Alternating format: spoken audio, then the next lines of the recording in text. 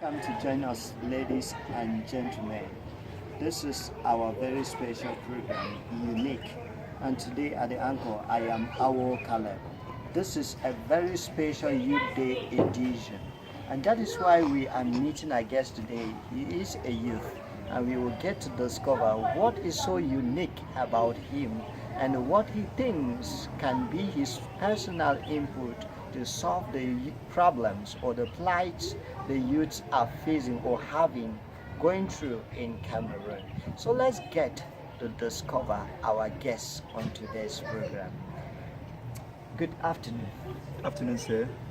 Yeah, may we know your name and what you are into? I am called Yuh Clovis. I am the pastor of Zion Baptist Church, Carrefour BMC, precisely at Campus Crusade to Christ. Okay, now you are a pastor and a youth. You're a young Cameroonian. And I know you are not ignorant about what is happening to the youth in Cameroon. We know about the unemployment problem. We know about youth engaging in drunkenness, in taking drugs, and many of those problems. Have you noticed some of those problems we are talking about in Cameroon? Thank you so much for giving me this privilege to be able to contribute something very important so far as our youths in Cameroon are concerned. I'll be talking on the perspective because equally I am also a youth. And throughout my life of ministry as a pastor, I realized that there are a lot of issues plaguing our youths in Cameroon. And the first thing I want to identify that is a major challenge and that is hindering or plaguing many of the youths is the aspect of choice. A lot of youths are very confused, and many of them, they do not know what they want to be in life, they do not know what they want to be in the future. So they have so many things in their minds, and that if you ask them, what do you think you're going to be in the future? One may say, I want to be a doctor, I want to be an engineer, I want to, in fact, each youth wants to be so many things in the future. So I think that one of the major problems that affects our youth in Cameroon is the aspect of choice. They are unable to make a choice out of the many things they are capable of doing in life. That is just the first aspect. And the next thing that I see to be a problem is the problem of misorientation. There are many youths in Cameroon today. They have studied a lot of things in academics, whereas they were not supposed to. They were misoriented. For instance, somebody had in mind to maybe read geography in the university, and someone encouraged that individual by saying that if you do nursing, you are going to have an opportunity to work in the hospital, maybe to work in the health center. So that individual might not want to understand that the geography that he or she wants to do is actually what he is good or he or she is gifted in doing, but such an individual will just divert maybe to go do nursing, maybe having in mind that upon graduating with a certificate in nursing, he or she is easily going to get a job. I think I said the first thing is the problem of choice, and I think the second thing I've talked about is about misorientation. So some of the youth have been misoriented. They have missed exactly who they are really supposed to be in the future because they listened to other people and they didn't actually know exactly what they want to be, so they have misoriented other persons. Did you face the same challenges as a youth? Thank you so much. I remember that when I was a student in the secondary school, my desire was to do arts. And so my parents encouraged me to do sciences, and I realized that I was not good in doing sciences. I was not good in chemistry, not good in physics, not good in biology. But since my parents had in mind that they wanted me to be an engineer, my mother wanted me to be an engineer, and my father wanted me to be a medical doctor. So each of them proposed to me that it is good, Clovis, that you do sciences. And today you're a pastor. And today I'm a pastor. How did it come about? Who oriented you? Who told you this is the best way to follow? Thank you so much. So when I tried in the aspect of sciences, I couldn't succeed. So I met a man by name I met a teacher, and I explained my situation to him. I said, sir, I do not understand physics. I do not understand chemistry. But my parents want me to be an engineer or a medical doctor. And he said, Clovis, that the most important thing is this: you are not going to be what your parents want you to be in the future, but out of the subjects that you are reading in school, this is one of the things you can do, Clovis. What are the subjects you are good at? So the subjects you are good at will determine whether you are going to do sciences or you're going to do arts. Unfortunately, I was good in arts. Okay, now, coming to this other angle, you are today a pastor. Is there somebody that like oriented you, told you this is what you can do, or it was your calling, you saw it, yourself, or how did it come about? Thank you so much. Me being a pastor today is not my personal initiative or my personal decision. Because when I was growing up as a youth, my personal desire was that I should be a teacher. Now, along the way,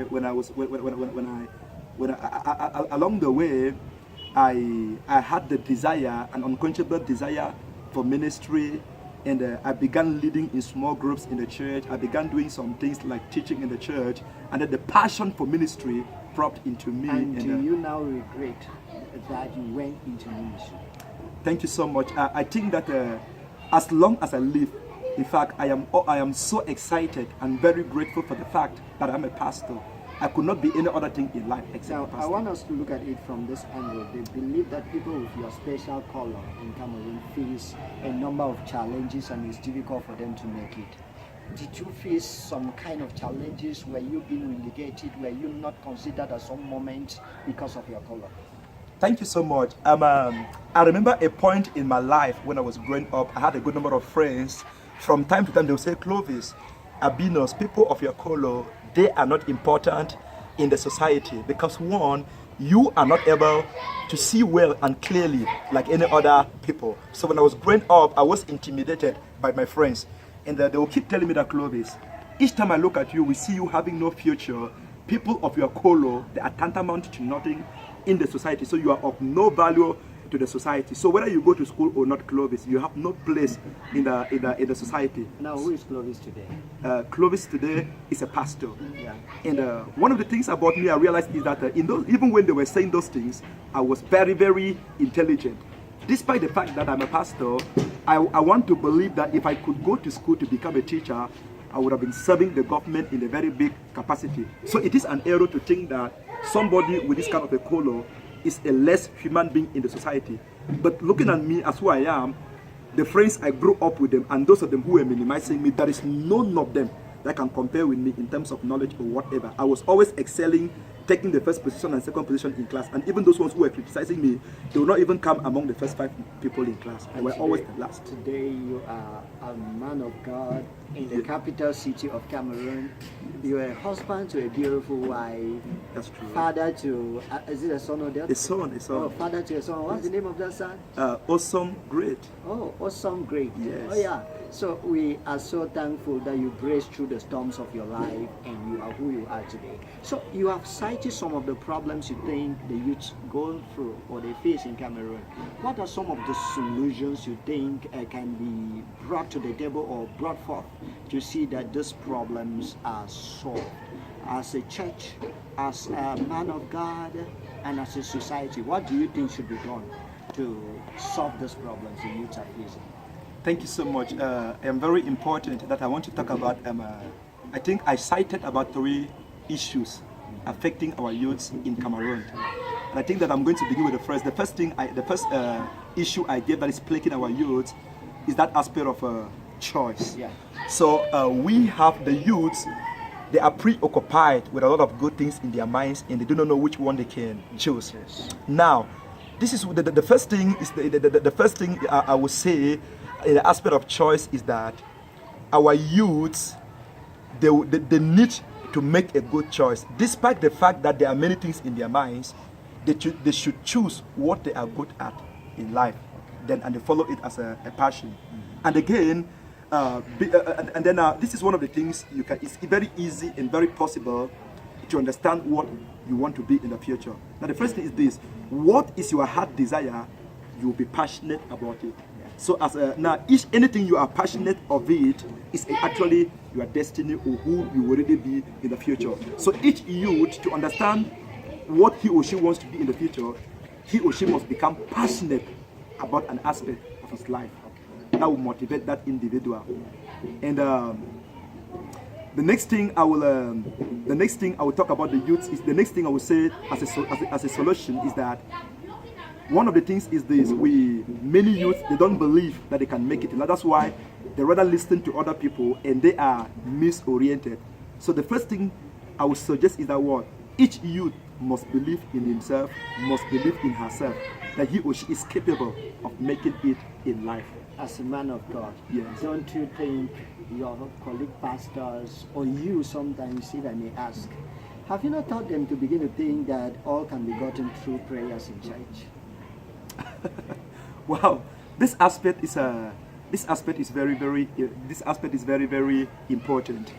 I think that people who have succeeded in life, they are people with dreams, with aspirations, with expectations.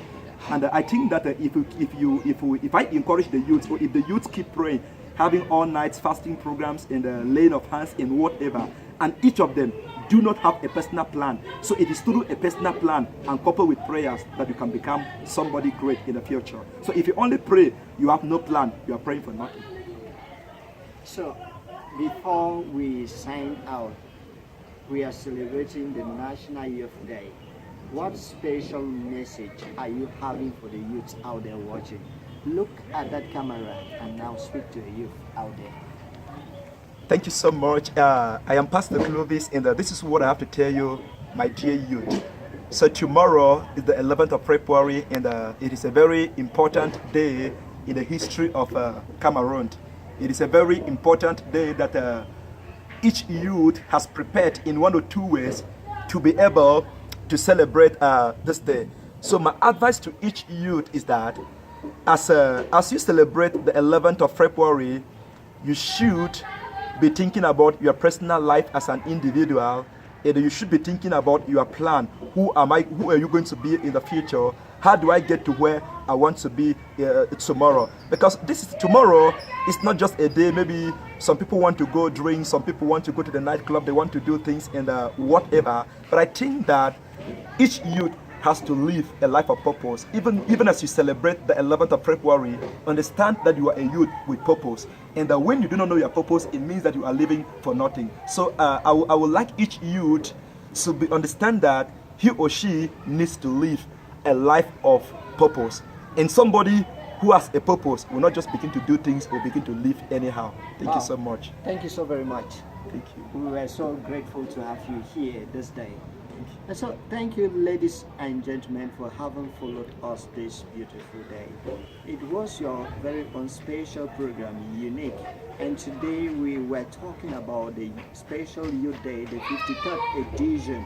And looking at the youth in Cameroon, the challenges he faces and the opportunities that are there, and what he should do to make his life better. Thank you so very much for following us. Keep following.